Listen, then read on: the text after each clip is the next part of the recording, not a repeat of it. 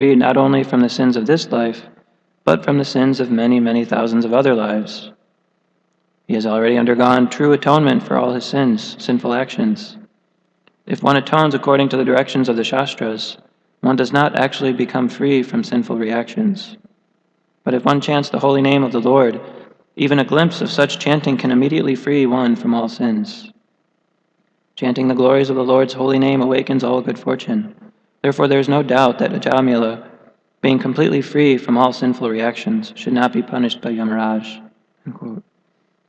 As they were saying this, the Vishnudutas released Ajamila from the ropes of the Yamadutas and left for their own abode. The Brahmana Ajamila, however, offered his respectful obeisances to the Vishnudutas. He could understand how fortunate he was to have chanted the holy name of Narayana at the end of his life. Indeed, he could realize the full significance of this good fortune. Having thoroughly understood the discussion between the Yamadutas and the Vishnudutas, he became a pure devotee of the Supreme Personality of Godhead. He lamented very much for how very sinful he had been, and he condemned himself again and again. Finally, because of his association with the Vishnudutas, Ajamila, his original consciousness aroused, gave up everything and went to Hardwar, where he engaged in devotional service without deviation, always thinking of the Supreme Personality of Godhead. Thus the Vishnudutas went there, seated him on a golden throne, and took him away to Vaikuntha Loka. In summary, although the sinful Ajamila meant to call his son the holy name of Lord Narayana, even though chanted in the preliminary stage, Namabhas. In summary, although the sinful Ajamila meant to call his son the holy name of Lord Narayana, even though chanted in the preliminary stage, Namabhas, was able to give him liberation. Therefore, one who chants the holy name of the Lord with faith and devotion is certainly exalted. He is protected even in his material conditional life. Okay, so that's summary. So we're hearing about probably the most famous near-death experience in the history of the universe. Many people nowadays are intrigued by hearing of near-death experiences. There's this whole division of perceptual studies at the University of Virginia that studies these kind of things. And I was looking at their website the other day, and they said if you have any near-death experiences that you want to report, contact us. And I don't think they included this one in their study. So I was thinking about sending them this story to see if, so they can include that in their research paper. So this is a kind of mostly when people have near-death experiences, they see like a light at the end of the tunnel, or they hear voices, or sometimes they even describe exactly what, like the Yamadutas and going down to hell. They have very vivid descriptions of like really horrible looking creatures taking them down to hell and being suffocated, and so many.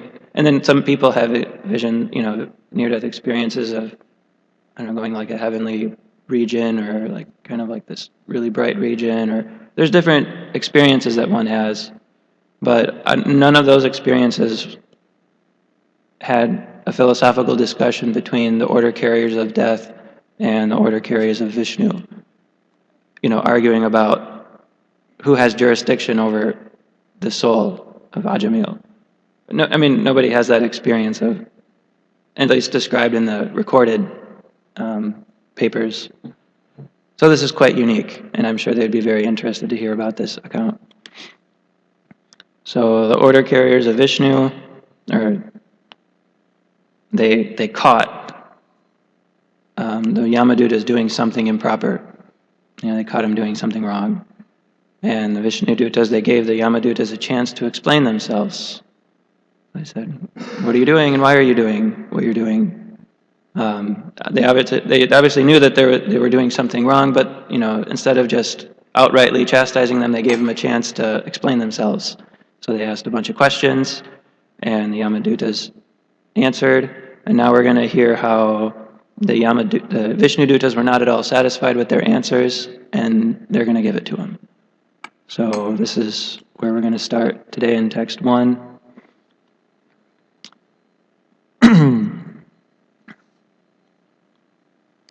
Text 1. Shri Badaraya Niruvacha Evam te Bhagavaduta Yamaduta Vibhashitam Upadharyata Tanrajan Pratyahurnaya Vidaha Shri. Oh, sorry. Anyway, if you want to chant, I guess you can chant. Shri Badaraya Niruvacha Evam te Bhagavaduta Yamaduta Vibhashitam Upadayata Rajan Pratyahurnaya Vidaha Shri Badaraya Niruvacha Evam te Bhagavaduta Yamaduta Vibhashitam Upadayata Rajan Pratyahurnaya Vidaha Shri Badaraya Niruvacha. Shukadeva Goswami, the son of Vyasadeva, said, Evam, thus, te, they, Bhagavat Dutaha, the servants of Lord Vishnu, Yamaduta, by the servants of Yamaraj, Abhibhashitam, what was spoken, Upatarya, hearing, Ata, then, Tan, unto them, Rajan, O king, Pratyahu, replied properly, Nayakovidaha, being conversant in good arguments or good logic. Translation, Shukadeva Goswami said, My dear king, the servants of Lord Vishnu are always very expert in logic and arguments. After hearing the statements of the Yamadutas, they replied as follows. So the Vishnudutas were actually hearing what the Yamadutas had to say. You know, sometimes if we find someone doing something wrong, we might not try to hear what they have to say before immediately chastising them. We might just go off on them without really understanding what their intentions were behind doing what they're doing, what the reasons were. But the Vishnudutas are a little bit more conscious, and they first ask, okay, well, why are you doing what you're doing? The Yamadutas explained, and then after fully understanding their intention and everything about the situation, then they're going to say what they're going to say. You know, I don't know, like if someone doesn't come to Mangal Artik or something, you know, we might have the urge to just say, you know, where were you? How come you're not coming to Mangal Artik? Or, you know, we might get on their case. But a little bit more mature approach would say, oh, I noticed that you weren't there for Mangal Artik. You're not feeling well or something? Or what? For the last... you know, you try to understand, like, why they didn't come. And if someone gives you, like, an answer, like, oh, I was up late preaching to new guests, something, we were up, you know, past 10 o'clock talking about Krishna consciousness or something, therefore I couldn't wake up in the morning. Okay, then there's grounds for, grounds for correction, and okay, that's obviously not proper, something. So anyway, move on to the next verse, there's no purport to that one. Text 2. Shri Vishnu Dutta Uchuhu Aho Kashtam Dharma Drisham Adharma Sprishate Shabham Yatradandeshva Papeshu Dando Yadriyate Vrita. Translation, the Vishnu Dutta said, Alas, how painful it is that irreligion is being introduced into an assembly where religion should be maintained. Indeed, those in charge of maintaining the religious principles are needlessly punishing a sinless, unpunishable person. Report. The Vishnudutas accused the Yamadutas of violating the religious principles by attempting to drag Ajamila to Yamaraj for punishment. Yamaraj is the officer appointed by the Supreme Personality of Godhead to judge religious and irreligious principles and to punish people who are irreligious. However, if completely sinless people are punished, the entire assembly of Yamaraj is contaminated. This principle applies not only in the assembly of Yamaraj, but throughout human society as well, also. So that's a pretty obvious point. Any department that in any department, if one person screws up and does something wrong in a department, then the whole department gets contaminated. I used to be in the process design group in my company. I was working as a chemical engineer, and I used to be in the process design group. And we used to design things. Like, I remember I designed like a chemical reactor or something. And if I screwed up, like if I had a bad calculation and we designed the thing and it wasn't able to withstand the temperatures and pressures of that particular process, then everyone would blame the process design group. Like, you guys are totally not designing this equipment properly. What's wrong with you guys? That's just an obvious point. So, and usually the bulk of the responsibility goes to the head of the department, like Yamaraj here. He would be considered like not doing his duty properly, although he's when he's a Mahajan. So the Vishnudutas didn't want to see Yamaraj contaminated or his department contaminated in any way.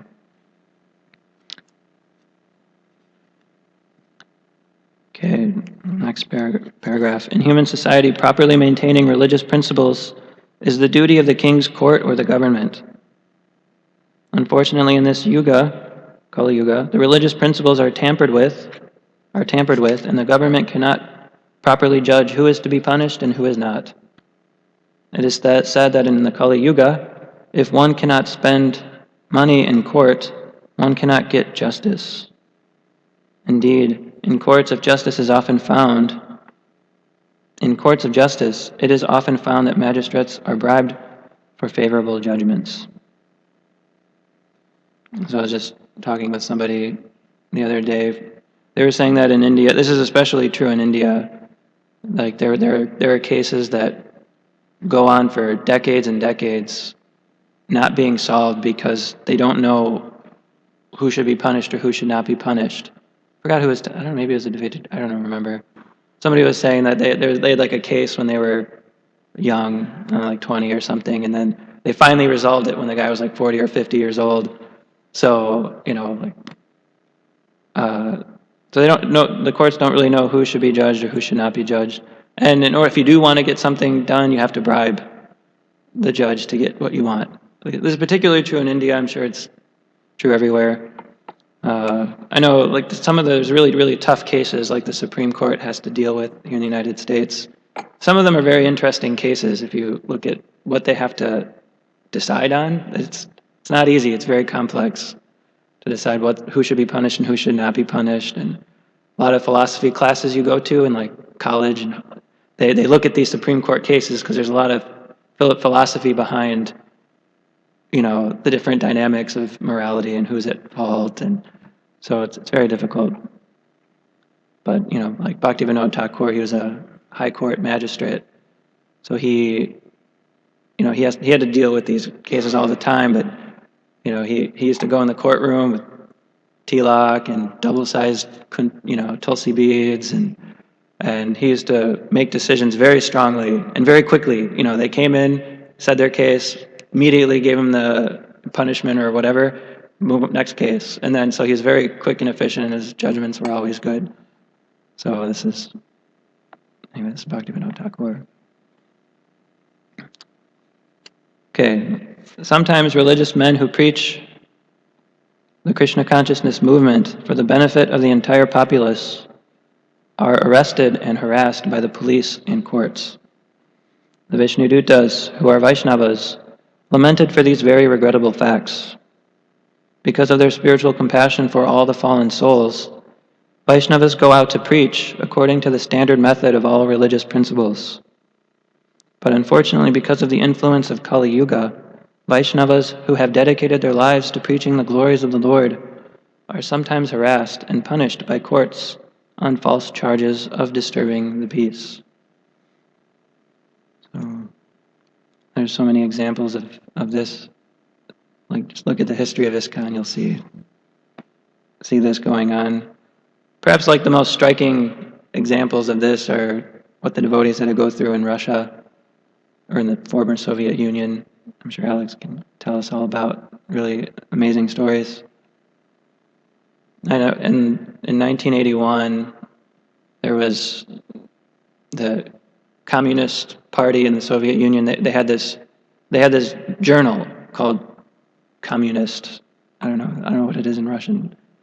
And the head of the KGB, they had an article there, and they wrote that the greatest threat, there's the three greatest threats to the Soviet way of life is Western culture, rock and roll music, and Hare Krishna. So this is how the government was thinking in Russia when Krishna consciousness was being spread there. So the government was trying anything possible to stop the spreading of this preaching of Krishna consciousness, and they did very extreme things. Prabhupada, when he went to Russia, he was only there for 4 days, and in those 4 days he met some people, but he met this one young Russian guy named Anatoly, I think, and he just focused in on this one young guy named Anatoly, and he trained him up in Krishna consciousness for however long he was there in that short period of time of 4 days. And in just 2 or 3 days after meeting him, he gave him initiation, and he gave him the name Ananta Shantidas. And this devotee, really amazing devotee, he like imbibed, what Prabhupada was teaching him, and he told him to spread the message of Lord Chaitanya all over Russia. And he did it amazingly in like the most adverse conditions. He was able to do it. So he used to, this Ananta Shantidas, he used to go from village to village in Russia and preach, tell people about Krishna consciousness, very underground, because if he did it openly, he would get arrested immediately. So he often did get arrested. He used to go to a village, preach, get arrested, get out, go to another village, preach, get arrested, and then he did this all over Russia. And he didn't really have any books or anything to preach, so what he used to do was, he really found great, he really got into prasadam distribution. So what he used to do is he used to offer roses to the deities, or to pictures or something. He used to offer roses to the deities, and then he used to dress in like a very slick white suit and a colorful tie, and he used to go to people in Russia, or former Soviet Union, and tell people, if you smell this flower, you'll get a chance to be a human being in your next life. So he used to go around and do this to everybody, and then when the KGB asked him, what the heck are you doing? He used to say, I'm just celebrating the fact that I'm in love. So he used to go around and do, this is how he was spreading Krishna consciousness. Also, no, because right when Prabhupada left the Soviet Union after visiting Moscow for 4 days, he went to London, and then he told one of the devotees in London, Mandakini Devidasi, to go to Russia and marry this Ananta Shantidas. So she came, and they were married, and they kind of tag teamed about spreading Krishna consciousness all over Russia. Then in 1983, he got arrested again for preaching Krishna consciousness, and he they put him into a psychiatric ward, and Russian psychiatric wards are really bad places. And they used to inject him with these really horrible drugs, like haloperidol and sulfazine, which were like really messed up with, really like made you convulse, your muscles to convulse, and your serious mental deterioration, and may give you high fevers and pain and hallucinations. And their whole goal was to try to change this guy's philosophy on life. And they did this for 3 or 4 years or something. He was living in the psychiatric ward, being administered drugs regularly like this, just so that they could change his philosophy in life. Then, whenever they allowed him to go after such intense treatment, his wife came to pick him up or something, and the doctor said, "Wow, this person's mind is very difficult to change."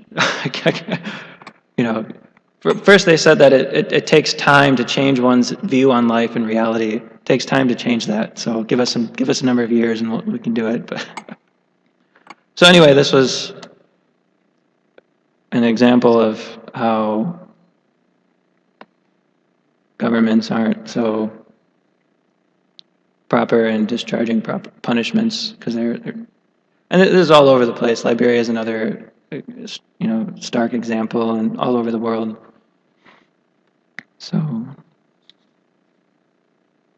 and later when the Soviet Union collapsed, they noticed, because of Ananta Shantidas's efforts of preaching Krishna consciousness in Russia, there was something like over 400 centers established, which was quite, that were like hidden underground, like groups of people meeting and talking about Krishna consciousness, but because of his efforts. And he actually just left his body last June, so maybe 10 months ago he left his body.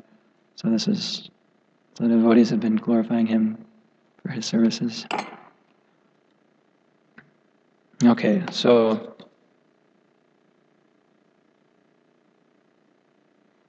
the Vishnu Dutas here are speaking on the principles of Dharma. They're responding to the Yamadutas' claims based on the principles of Dharma. So the Yamadutas, they thought that they were only considering Trigunya Dharma, or Dharma ordained in the Shastras, like ordinary Dharma. They were not considering Bhagavat Dharma in their estimation of who should be punished and who should not be punished. So this is the point that the Vishnu Dutas are going to try to correct. Okay, so we'll go on to text 3. Is there any comments or questions on anything so far? Okay, so we'll go to text 3. Prajanam pitaro yecha Shashtara Saravasamaha Yadi Syatesha Vaishamyam Kamyanti Sharanam Praja. Translation: a king or government official should be so well qualified that he acts as a father, maintainer, and protector of the citizens because of affection and love. He should give the citizens good advice and instructions according to the standard scriptures, and should be equal to everyone. Yamaraj does this, for he is the supreme master of justice, and so do those who follow in his footsteps. However, if such persons become polluted and exhibit partiality by punishing an innocent, blameless person, where will the citizens go to take shelter for their maintenance and security? Purport: the king, or in modern times the government, should act as the guardian of the citizens by teaching them the proper goal of life. The human form of life is especially meant for realization of oneself and one's relationship with the Supreme Personality of Godhead, because this cannot be realized in animal life. The duty of the government, therefore, is to take charge of training all the citizens in such a way that by a gradual process they will be elevated to the spiritual platform and will realize the self and his relationship with God. This principle was followed by kings like Maharaj Yudhishthir, Maharaj Parikshit, Lord Ramachandra, Maharaj Ambarish, and Prahlad Maharaj. The leaders of the government must be very honest and religious, because otherwise all the affairs of the state will suffer. Unfortunately, in the name of democracy, rogues and thieves are electing other rogues and thieves to the most important posts in the government. Recently, this has been proven in America, where the president had to be condemned and dragged down from his post by the citizens. President Nixon. Oh. What? Yeah. So, this is not only one case, but there are many others. Because of the importance of the Krishna consciousness movement, people should be Krishna conscious and should not vote for anyone who is not Krishna conscious. Then there will be actual peace and prosperity in the state. When a Vaishnava sees mismanagement in the government, he feels great compassion in his heart and tries his best to purify the situation by spreading the Hare Krishna movement. So, this is the point. The Vishnudutas were seeing something wrong, mismanagement in the Justice Department, the Universal Cosmic Justice Department. So they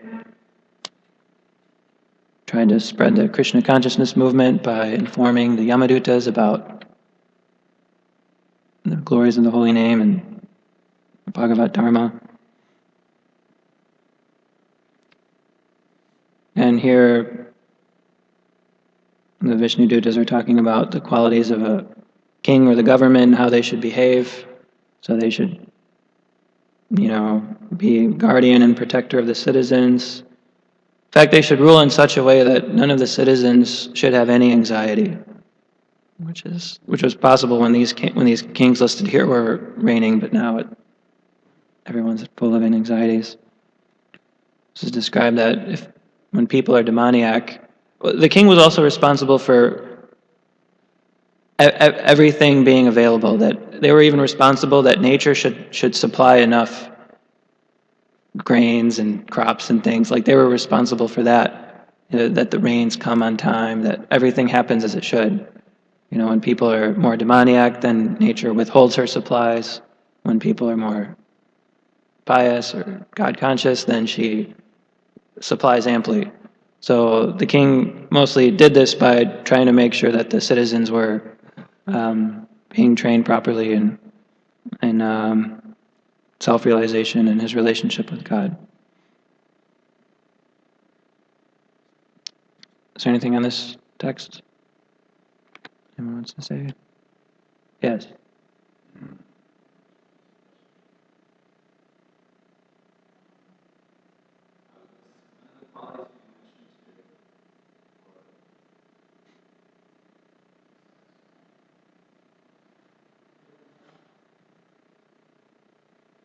Could be muted. If you hit the red 2 button above there. Yeah. Hare Krishna. Okay. One of the qualities we mentioned here, out of it looks like 4, is sama, that the leader should see equally everyone, and I'm sure we can understand it in terms of, like, let's say even Dhritarashtra may be a good example of not seeing equally his sons and the citizens and so on, and that led to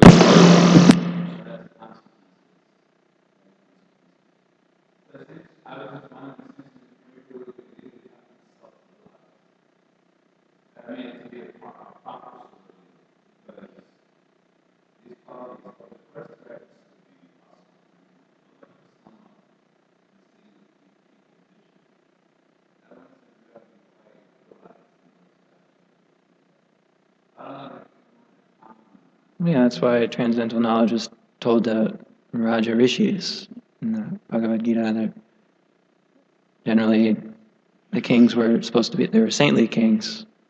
I know Krishna Smarna Prabhu, when he was giving a lecture, and he said that the leader should be the most advanced, realized person, the most knowledgeable, the most everything.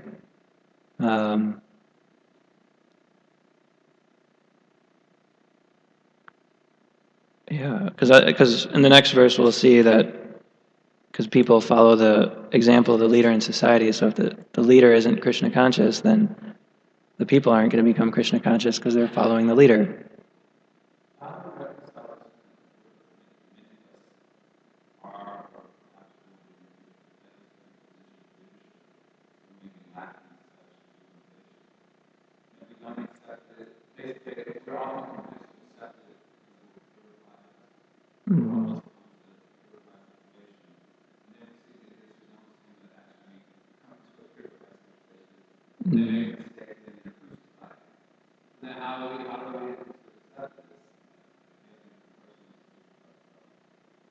Yeah, it's especially tough in our spiritual institution. I mean, Prabhupada described it like we're in a battlefield or something, and it's kind of like an emergency time, and hey, the general just got shot. We need a leader, and then they just kind of pull whoever's available to do the needful. Like, okay, we're in a battle here. We need leaders. Okay, you might not be qualified, but come on anyway. Let's, you get the post. Let's. At least right now, it seems like we are. I mean,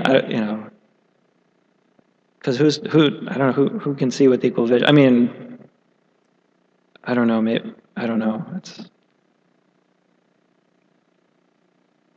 But if that's the case, then that's how at least the subordinates can see the leaders if they're not proper. Well, maybe they were asked to do something like be a general in a battle when they didn't really may or may not have been qualified for, but they were just doing the needful. They're trying their best, and okay, they might not have been perfect, but you at least like honor them for okay, thanks for stepping in. We needed that. Thanks a lot. I surely wouldn't have been able to do that. So,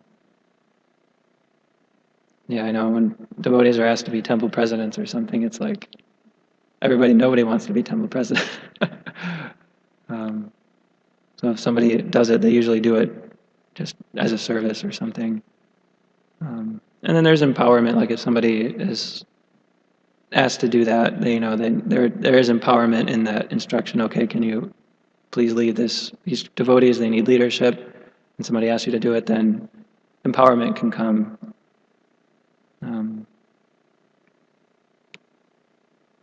As far as I can go, I don't know.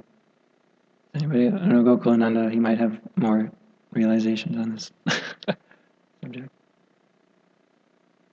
Okay. Anything else?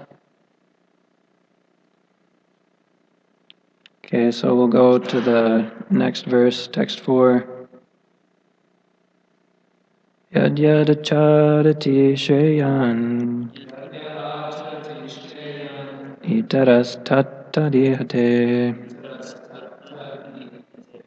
sayat pramanam kurute lokas tadanuvartate. Translation: the mass of people follow the example of a leader in society and imitate his behavior. They accept as evidence whatever the leader accepts. So this is almost the same message as Bhagavad Gita 3:21. Whatever actions a great man performs, common men follow. Whatever standards he sets by his exemplary acts, all the world pursues.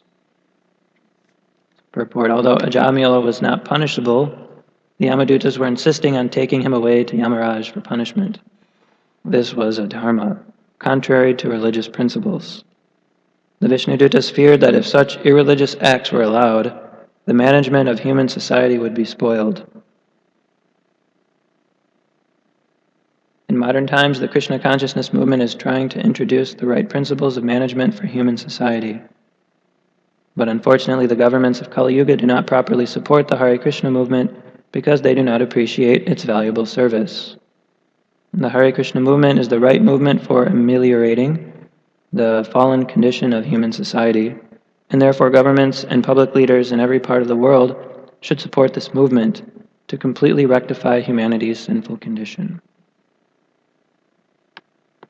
So, since people follow the leaders, the Vishnudutas here are trying to make sure the leaders are acting properly. So they feared that if they allowed the Yamadutas, who were supposed to be in charge of administering justice, failed in their duty, then the human society would look at that example and they would also fail in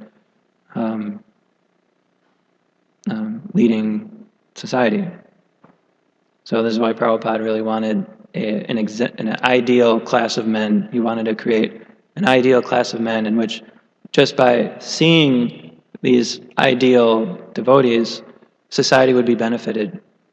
they would see such ideal behavior being exhibited, ideal character, ideal aim of life, and they would see that, and then they might look at where they are, and they might feel a little ashamed, like, oh, ashamed, I'm not there, but I want to be there. So it gives people something to look forward to strive for.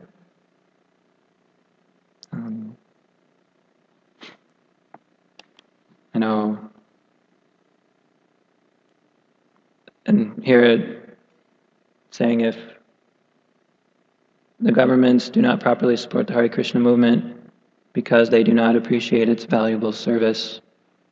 Mostly what people appreciate about, like, a lot of times governments don't appreciate the Hare Krishna movement so much, or if they do appreciate it, they appreciate it for like its food for life thing, or they really like the fact that they were able, like Prabhupada was able to convince young Americans to stop doing drugs.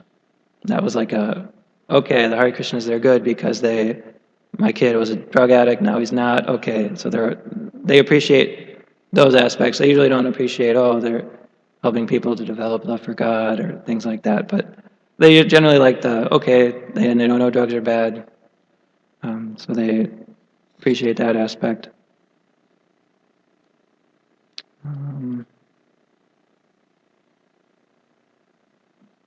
And if governments another thing is that if governments are really strong governments, they can stop sinful behavior.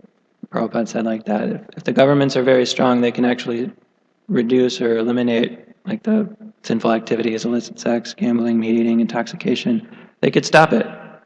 But the problem is that our government officers themselves are engaged in all of these activities, and if they themselves are engaged in these activities, they're not going to be able to stop others from engaging in these activities.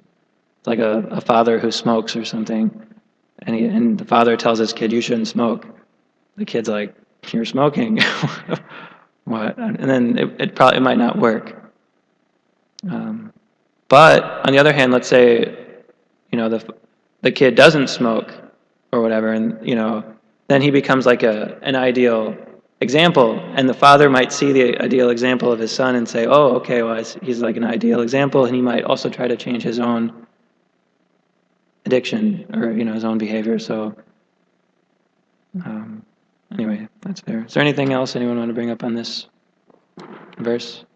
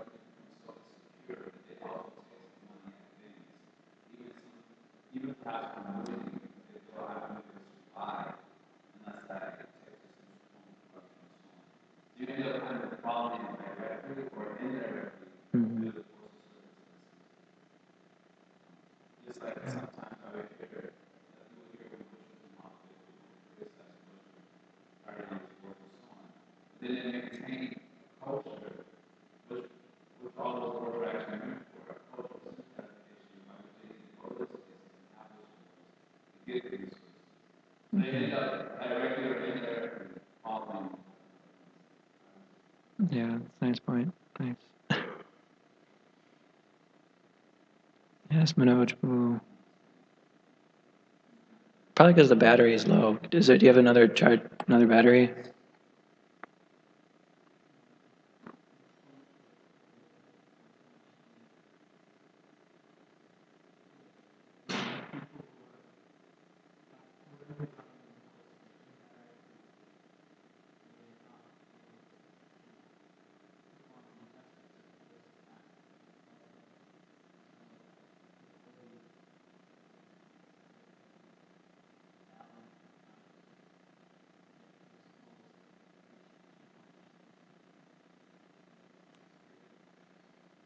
Yeah, well, in the previous purport, when a Vaishnava sees mismanagement in the government, he feels great compassion in his heart, and he tries his best to purify the situation by spreading the Hare Krishna movement. So,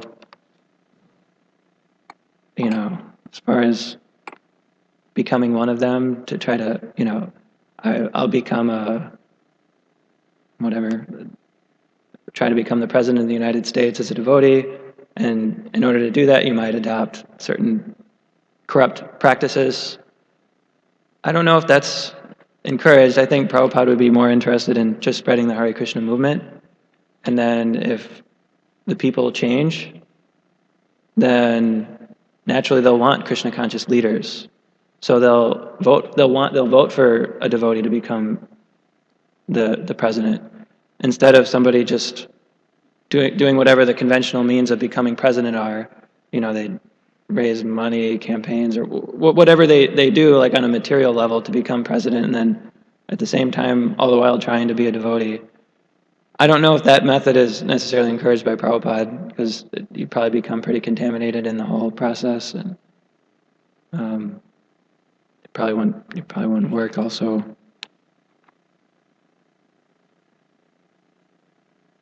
But Prabhupada did want to say, he did say that the success of the Krishna consciousness movement would be when they saw tilak on the foreheads of the high court judges, like the Supreme Court. He said then our movement would be successful. So ultimately, that is perhaps what Prabhupada had in mind, as far as we should be in these positions. Devotees should be in the positions of leadership, Supreme Court justices and everything. But the way to get there, I don't think we want to sacrifice any of our principles in order to get there. I think it's more of just a matter of spreading the Krishna consciousness movement so much that people will want it. That's my understanding. Anything else? Okay, we'll go on. We'll do another text 5 and 6, which are together. This will be the last text we'll do today. Yasyanke shira adhaya loka svapiti nirvitra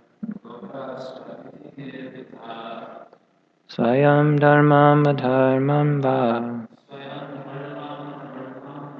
nahi vedayata pashu sakhatam nyarpitatmanam Grita maitram achetanam Vishrambanniyo bhutanam Sagrino dogdhum arhate. Translation: people in general are not very advanced in knowledge by which to discriminate between religion and irreligion. See that? The innocent, unenlightened citizen is like an ignorant animal, sleeping in peace, with its head on the lap of its master, faithfully believing in the master's protection. If a leader is actually kind-hearted and deserves to be the object of a living entity's faith, how can he punish or kill a foolish person who has fully surrendered in good faith and friendship? Purport: the Sanskrit word Vishvastakata, which doesn't actually appear in the verse, by the way, refers to one who breaks faith or causes a breach of trust. The mass of people should always feel security because of the government's protection. Therefore, how regrettable it is for the government itself to cause a breach of trust and put the citizen in difficulty for political reasons. We actually saw during the partition days in India that although Hindus and Muslims were living together peacefully, manipulation by politicians suddenly aroused feelings of hatred between them, and thus the Hindus and Muslims killed one another over politics. This is a sign of Kali Yuga. In this age, animals are kept nicely sheltered, completely confident that their masters will protect them. But unfortunately, as soon as the animals are fat, they are immediately sent for slaughter. Such cruelty is condemned by Vaishnavas, like the Vishnudutas. Indeed, the hellish conditions already described await the sinful men responsible for such suffering. One who betrays the confidence of a living entity who takes shelter of him in good faith, whether that living entity be a human being or an animal, is extremely sinful. Extremely sinful. Because such betrayals now go unpunished by the government, all of human society is terribly contaminated. The people of this age are therefore described as Manda, Sumanda, Matayo, Manda, Bhagya, Yahu, Patruta. As a consequence of such sinfulness, men are condemned, Mandaha. Their intelligence is unclear, Sumanda Matayaha. They are unfortunate, Mandabhagya, and therefore they are always disturbed by many problems, Upadrutaha. This is their situation in this life, and after death, they are punished in hellish conditions. So, it's said that the greatest sin that you can do, like the worst thing that you can do, is if somebody puts their head on your lap and you slit their throats. This is the worst. Somebody's taking shelter of you and you don't give them protection. So, I mean, it's not, it's bad to like kill the body, like to kill somebody. It's like a bad thing. But even worse than that is killing a person's or breaking a person's faith. So, Jai Jagannath said before that, we're composed of faith. Like the living entity, the spirit soul is composed of faith. So if you break somebody's faith, that's like that's very serious because you're getting to the soul level. You're actually doing some real damage instead of just, temporarily damaging some material body which is going to decay anyway. So if you break somebody's faith, that's like really the worst thing you can do. And that's what happens when people take shelter of somebody. Like, that's why if you're going to accept the post of being like a guru or spiritual master, you really have to, be able to deliver your dependents from the cycle of birth and death, and give them Krishna consciousness. Otherwise, if you don't, you might break their faith because they put their faith that you can do that. And if you don't do that and you do something else, then it's a blow, as Jagannath says. So that's why it's advised to not become a guru, not become a father, not become a king, not become even a relative, or unless you can actually give protection to your subordinates and deliver them from the cycle of birth and death. Yes, Imachu Prabhu. I'm just trying to understand this particular verse. Are they just making a general point about administration, or is this specifically related to the Yamadutas? Because are they trying to imply that Ajamil took shelter of the Yamadutas? You know what I'm saying? Well, it's, Or what are you trying to imply exactly? Jamil is he's a living entity in the universe. The Yamadutas are meant to administer justice. They're like the justice department of the universe. And they're like the universal government, and Jamil is like a citizen in the government. And the government's supposed to give protection to the citizens and not punish them unnecessarily or kill them. So, or take them to hell. And that's what's going on here. So Jamil or somebody in a Jamil's situation, they might say, I'm being punished unjustly, and they might lose their whole faith in the government and authority in general. So this is the problem, is that you lose your faith in authority, and then therefore you don't want to put your faith in anybody. And if you don't put your faith in anybody like a spiritual master, then you're not going to make any advancement in spiritual life, and you're condemned. So that's why it's really bad to... this is why this is like the worst thing you can do. So anyway, that's just clarification of the verse. Is that okay?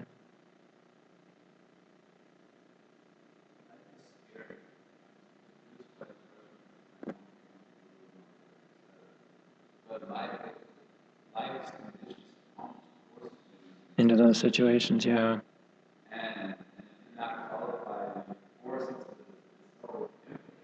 You try to avoid it. You do everything you can. Because on one hand, you're expected to become like a good devotee. But the more you become a good devotee, the more you get pushed into these situations where these positions that you don't really want to be in, but you just are forced to. And then, in one sense, it's good because it forces you to come up to come up to the standard. But I don't know, it's scary.